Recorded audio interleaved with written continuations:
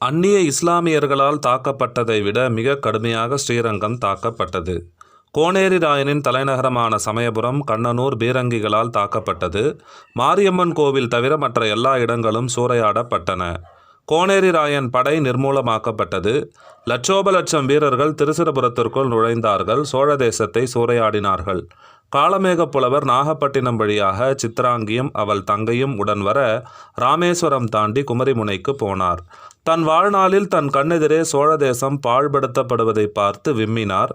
கோனேரி ராயன் கைது செய்யப்பட்டதை கேள்விப்பட்டார். கசையால் அடித்து சாகடிக்கப்பட்டதை உறுதி செய்து கொண்டார். கோனேரி ராயன் அவன் மனைவிக்கு உடன்கட்டை ஏறக்கூடாது என்று உத்தரவிட்டிருந்தான். அவர்கள் விதவை கோலத்தோடு வேளாளர் குடியிருப்பில் ஒதுங்க அவர்களால் ஆதரிக்கப்பட்ட சோழ வேளாளர்கள் அந்த பெண்மணிகளை ஆதரித்தார்கள். யார் மிரட்டியும் காட்டிக் கொடுக்காமல் இருந்தார்கள். பந்தனை நல்லூரில் அந்த சோழர் குல இளவரசிகள் அடையாளமின்றி வாழ்ந்தார்கள். ஒரு தமிழ் புலவனை விட்டு 1ஆம் ஆண்டு நினைவு நாளின் போது ஒரு பாடல் எழுதி கல்வெட்டாய் வெட்டினார்கள். காளமேக புலவர் கவிதைகளை வெறுத்தார். தமிழ் பேசவும் மறுத்தார். இறை வழிபாட்டை நிறுத்தினார். குமரிக்கடல் பக்கம் வெறுப்போடு அலைந்தார். மெல்ல மெல்ல உணவு மறுத்தார். மெலிந்தார். அகிலாண்டேஸ்வரி அன்னையை பார்த்து பார்த்து ஒளியேறிய கண்களுக்கு அமைதி அடைய இன்னொரு பெண் தெய்வம் தேவைப்பட்டது. கன்னியாகுமரி காளமேக புலவருக்கு ஆசுவாசம் தந்தாள். புலவர் என்ன செய்வது என்று அறியாது அவளையே பார்த்து கொண்டிருந்தார். இடைவிடாது மந்திர ஜபம் மனதுக்குள் செய்து கொண்டிருந்தார். நீ எனக்கு வரம் கொடுத்தும் நான் அதை பயன்படுத்தி கொள்ளவில்லை என்று மனம் நொந்து புலம்பிக் கொண்டிருந்தார். அதிக நேரம் மௌனமாக இருந்தார்.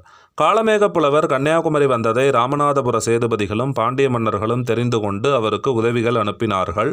நாகர்கோவிலுக்கு அருகே கடலை ஒட்டிய தென்னந்தோப்பில் அவருக்கு உறுதியான வீடு கட்டி கொடுத்தார்கள். நிலம் நிபந்தமிட்டார்கள். ஏதாவது எழுதுங்கள் என்று வேண்டினார்கள்.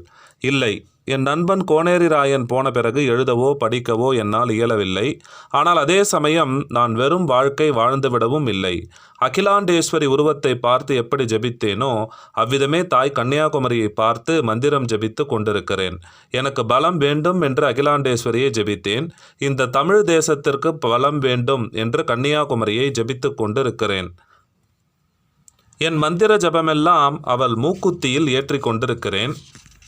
காளமேக புலவர் விதவிதமான எந்திரங்கள் எழுதி அந்த 2 பெண்களுக்கும் மந்திர உச்சாடனங்கள் கற்றுக் கொடுத்து அவர்கள் மூலமாய் சேர தேசத்து பெண்களுக்கிடையே சக்தி உபாசனை பரப்பினார்.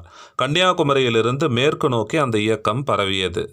கடும் உபவாசத்தால் உடல் மெலிந்தார். திடுமென்று ஒரு நாள் மிகுந்த பரவசத்துக்கு ஆளானார். மூக்குத்தி பூரணமாகிவிட்டது, மூக்குத்தி பூரணமாகிவிட்டது என்று கத்தினார். என் பலம் முழுவதையும் மூக்குத்தியில் வைத்துவிட்டேன் என்று உரக்க கூவினார்.